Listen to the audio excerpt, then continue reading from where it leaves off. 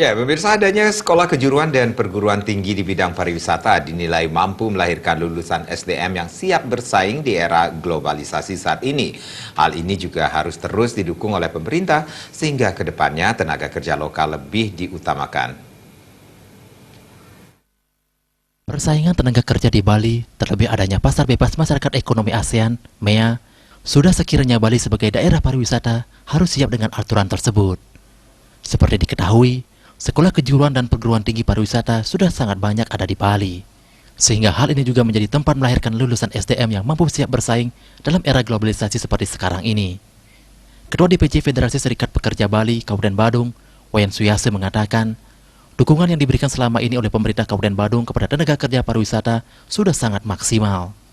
Terbukti sebanyak 1.000 orang pekerja pariwisata di Kabupaten Badung telah diberikan sertifikasi gratis.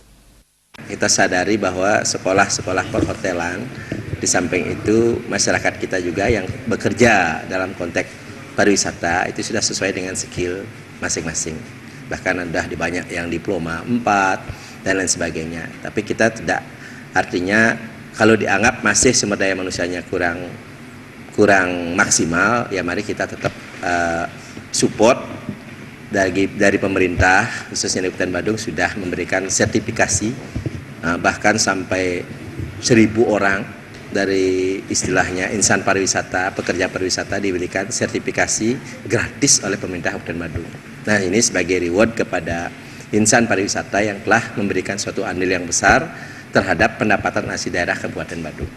Pihaknya juga menambahkan, tenaga kerja lokal tentu harus lebih diutamakan saat ini dengan kemampuan yang dinilai mampu bersaing dengan tenaga kerja luar. Selama ini perkembangan pariwisata di Bali berdampak besar terhadap pendapatan asli daerah yang harus terus digenjot terutama dari segi promosi. Adi Setiawan, Bali TV.